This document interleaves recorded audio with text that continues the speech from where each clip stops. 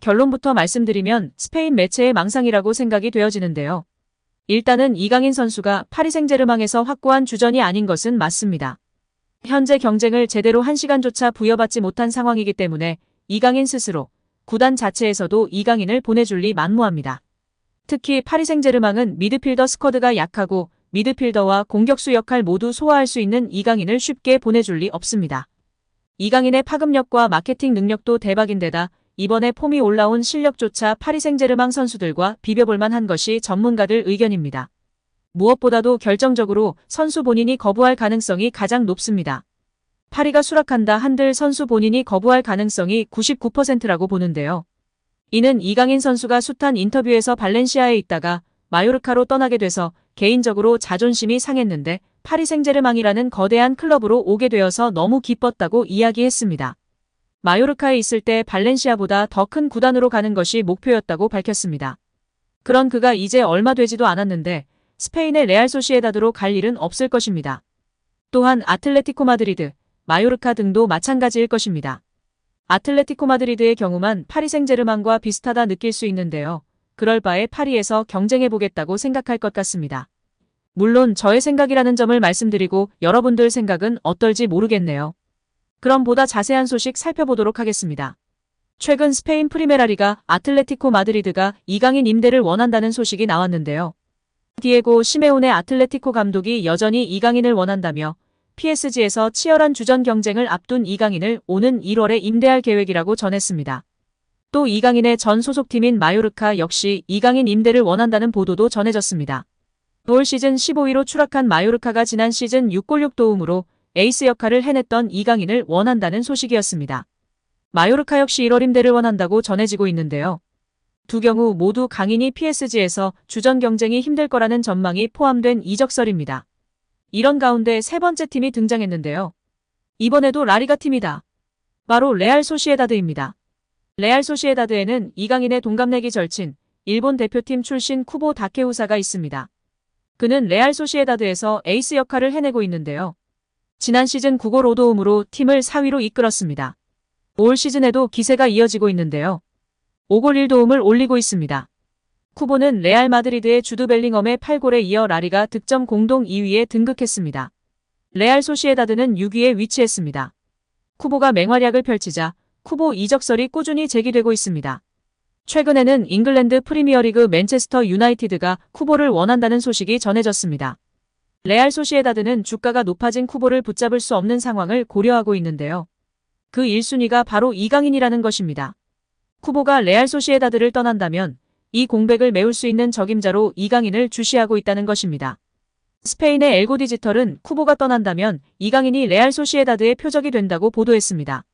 이 매체는 이강인이 PSG로 이적한 지 몇 달도 되지 않은 시점에서 레알 소시에다드에 관심을 받고 있다. 쿠보가 맹활약을 펼치자 세계 최고 클럽들이 쿠보 영입을 노리고 있다. 이런 상황을 고려해 레알 소시에다드 경영진은 이강인을 눈독들이고 있다고 설명했는데요. 이어 이강인은 지난 시즌 마요르카에서 특별한 활약을 펼쳤다. 그는 라리가 최고의 선수 중 한 명으로 자리매김했다. 그런 재능으로 PSG로 떠났는데 그곳에서 기회가 거의 없었다.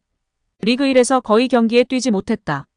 레알 소시에다드가 이강인 영입을 노리고 있는 이유라고 덧붙였습니다. 그러면서 레알 소시에다드는 이강인을 활용하고 싶어한다. 쿠보가 떠난다면 그 위치에서 뛸 새로운 선수가 필요하다. 이강인이 레알 소시에다드에 완벽하게 들어맞을 것이다. 이강인은 라리가 경험이 있고 또 큰 미래를 가지고 있는 선수이기 때문이라고 강조했습니다. 이 매체는 PSG로부터 이강인 사인을 받기는 어려울 것이다. PSG는 이강인에 많은 투자를 했고 이강인의 능력을 신뢰하고 있다. 때문에 이적 가능성은 낮다고 볼 수 있다. 그래서 임대를 노려볼 만하다고 전했는데요. 이어 이강인이 이적이든 임대든 레알 소시에다드는 환영할 것이다. 그리고 지금 이강인이 원하는 것은 축구를 즐기는 것인데 파리에서는 그렇게 하고 있지 않은 것으로 보인다. 이강인이 레알 소시에다드에서 매력적인 축구를 즐길 수 있다. 이강인에게 더 좋은 일이다. 앞으로 어떻게 해결될지 지켜볼 일이라고 정리했습니다. 여기에 뉴캐슬이 김민재와 이강인을 동시에 주목하고 있다고 알려지며 화제입니다. 김민재는 여름 이적 시장이 다가오는 가운데 이적설에 휩싸였습니다. 아킬레스건 부상을 당했음에도 온전히 회복을 하지 못하며 계속해서 경기를 뛰면서 점차 경기력이 떨어졌고 자연스레 이적 가능성이 전해졌습니다. 독일 FCB 차이퉁은 첼시뿐 아니라 뉴캐슬과 유벤투스도 김민재를 주시하고 있다고 설명했습니다. 특히 글로벌 매체 포포투는 24일 뉴캐슬은 김민재의 에이전트와 구체적인 대화를 나눴다. 뮌헨은 적절한 금액이 제시되면 김민재와 이별할 것이다라고 전했습니다. 매체에 따르면 뮌헨은 김민재의 몸값으로 5,500만 유로 약 890억 원에서 6천만 유로 약 970억 원을 요구하고 있습니다. 뉴캐슬의 김민재 영입설이 더욱 흥미로운 이유는 이강인에게도 관심을 보이기 때문인데요. 이강인도 김민재와 마찬가지로 이적 가능성이 계속해서 전해지고 있습니다. 이강인은 실제로 지난 겨울부터 여러 클럽에 관심을 받았고 뉴캐슬의 이름도 포함이 됐었습니다. 당시에는 PSG가 이강인을 매각하지 않기로 결정하면서 모든 제안을 거절, 이강인은 프랑스 리그에 남게 됐습니다. 하지만 겨울 이후 이강인의 상황이 달라졌는데요. 이강인은 주전 경쟁에서 밀리며 좀처럼 선발로 나서지 못했고 자연스레 PSG를 떠날 것이란 전망이 전해졌습니다. 최근에는 재계약도 다시 언급됐습니다. 프랑스 푸실은 PSG의 루이스 캄포스 단장은 이강인과의 재계약을 우선순위로 고려하고 있다고 했습니다. 그러나 영국 기브미 스포츠는 PSG는 이강인의 이적료로 4천만 파운드 약 750억 원을 원하고 있으며 현재 뉴캐슬과 크리스탈 팰리스, 맨체스터 유나이티드가 지속적으로 이강인을 추적하고 있다고 설명했습니다. 여러 보도를 종합했을 때 뉴캐슬은 분명 이강인과 김민재에 관심이 있으며 상황에 따라서는 여름 이적 시장에 둘을 동시에 영입하는 그림이 그려질 가능성도 충분한 상황입니다. 여기에 맨체스터 유나이티드가 파리 생제르맹 선수를 대거 영입하는 것을 추진하는 것으로 전해졌습니다. 프랑스 매체 PSG 인사이드는 PSG 선수 중 3명이 맨유에 관심을 받고 있다. 맨유는 이강인, 네베스, 멘데스 영입을 계획하고 있다. PSG가 챔피언스리그에서 선보인 경기력으로 인해 맨유는 PSG 선수들에게 관심을 가지고 있다고 전했습니다. 프랑스 매체 버풋볼 클럽은 21일 맨유 영입설이 있는 선수 중 멘데스는 PSG와 재계약 협상 중 맨유가 자신에게 관심을 보이자 맨유의 관심을 이용해 PSG에 더 높은 급여를 요구하기도 했다. 멘데스는 지난 2월 PSG와 계약을 연장했고 1년 연장 옵션을 포함해 2030년까지 5년 재계약을 체결했다. 맨유는 멘데스와 PSG의 재계약에도 불구하고 멘데스 영입을 포기하지 않을 것이라고 언급했습니다. 이 매체는 PSG는 맨유가 영입을 원하는 3명의 선수 중에서 올 여름 이적 시장에선 이강인만 이적 가능하다는 뜻을 나타냈다. 멘데스와 네베스에 대해 PSG 경영진은 이적 불가라고 전했다고 덧붙였습니다. 이강인은 최근 맨유 이적설이 꾸준히 언급됐는데요. 다만 이강인은 다양한 이적설에도 불구하고 올 시즌 종료 이후에도 PSG에 잔류할 가능성도 주목받고 있습니다. 프랑스 매체 르파리지앵은 PSG의 캄포스 단장은 이강인과의 재계약을 자신의 우선순위 중 하나로 삼았다. 이강인은 2028년 6월까지 PSG와 계약 기간을 맺고 있다며 시장 가치 3천만 유로로 평가받는 이강인 영입을 원하는 클럽은 넘쳐난다.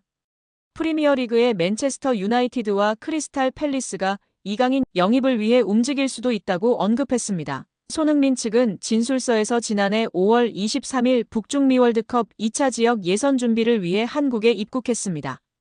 당시 양 씨와 손흥민은 교제를 이어오던 중이었는데 5월 31일부터 다음 날까지 양 씨와 만남을 가졌다고 합니다. 6월 2일 원정 경기가 열리는 싱가포르로 떠나기 전날까지 양 씨와 만난 걸 인정한 것인데요. 이때만 해도 두 사람의 관계는 좋았던 거로 보입니다.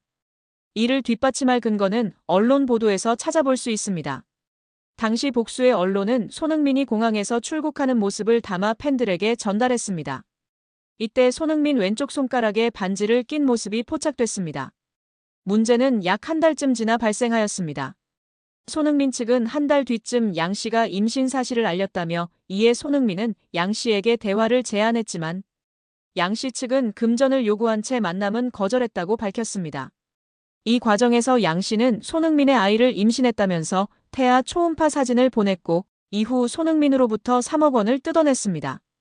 손흥민 측은 양 씨의 허위사실 유포가 선수와 팀에 부정적인 영향을 미칠 것을 우려해 공갈, 협박에 응할 수밖에 없었다고 밝혔습니다. 양 씨는 3억 원을 받은 후 외부에 밝히지 않겠다는 취지의 각서도 작성한 것으로 알려졌습니다. 양 씨가 손흥민에게서만 돈을 받게 된 건 아버지일 가능성이 있는 두 남성에게 모두 연락했으나 손흥민만이 양 씨의 말을 들어준 것으로 전해졌습니다. 양 씨는 실제 임신 중절 수술을 받았고 초음파 사진 역시 양 씨의 것으로 확인됐습니다. 이에 손흥민의 아이가 아니냐는 주장이 제기됐지만 임신한 양 씨도 아이 아빠가 누군지 모릅니다. 앞선 20일 연예 매체 디스패치는 양 씨와 공갈 미수 혐의를 받는 40대 남성 용 씨의 대화 내용을 공개했는데요. 공개된 대화 내용에 따르면 용 씨가 근데 너 누구 애인지 정확히 알아? 라고 묻자 양 씨는 누구 애인지 제가 어떻게 알아요? 라고 답했습니다. 이에 용 씨는 그럼 2번한테만 가든가 1번한테만 가든가 한 명한테만 갔어야지라고 말했습니다. 여기서 말하는 1번은 양 씨가 손흥민과 같은 기간의 관계를 맺은 사업가 남성으로 2번은 손흥민입니다. 손흥민은 양 씨가 자신을 만나던 시기 동시에 다른 남성도 만난 것을 모르고 있다가 양 씨와 사이가 틀어진 용 씨를 통해 알게 됐다고 매체는 전했습니다. 이런 일이 있은 후 용 씨는 양 씨와 지난 3월 손흥민 측에 언론에 임신 사실을 폭로하겠다며 또다시 7천만 원을 요구했다가 결국 공갈 미수 등의 혐의로 구속됐습니다. 한편 경찰은 진술서를 낸 손흥민을 상대로 대면 조사를 할 계획은 없는 걸로 전해졌습니다.